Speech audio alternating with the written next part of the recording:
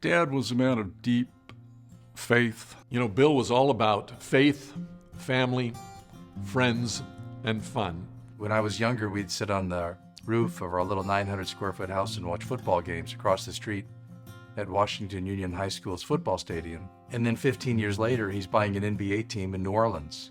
He's the only person from Fresno who has ever owned major league sports teams. He was raised with that creed that you keep things simple, your word is your bond, and it was true. He was a boy from Oklahoma. They came here, he and his father and family, and they've done so much for Fresno over the years.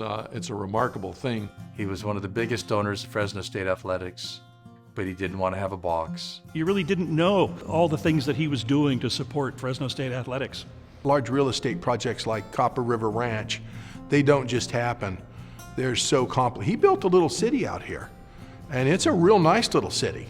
Everything he did seemed to be successful, whether it was in the world of sports, the world of business, whether it was trucking, convalescent hospitals, you name it, but he had just a heart of gold as well. I think a lot of it was Mrs. Tatham, Erlene. I think that teamwork really created something very special. One of the things my father told me was, you can always give your children, your grandchildren things. The one thing they really yearn and the most valuable thing you can give them is your time. He lived a lifetime of good choices.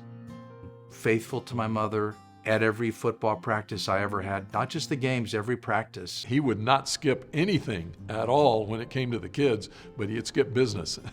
He'd take care of it later because you could always do it later, but you couldn't see the kid hit the ball if you weren't there. He was there. You know, that's our primary goal, I think, in all of this, is to make sure that that's the story that gets told, that simplicity is a virtue and just always do the right thing.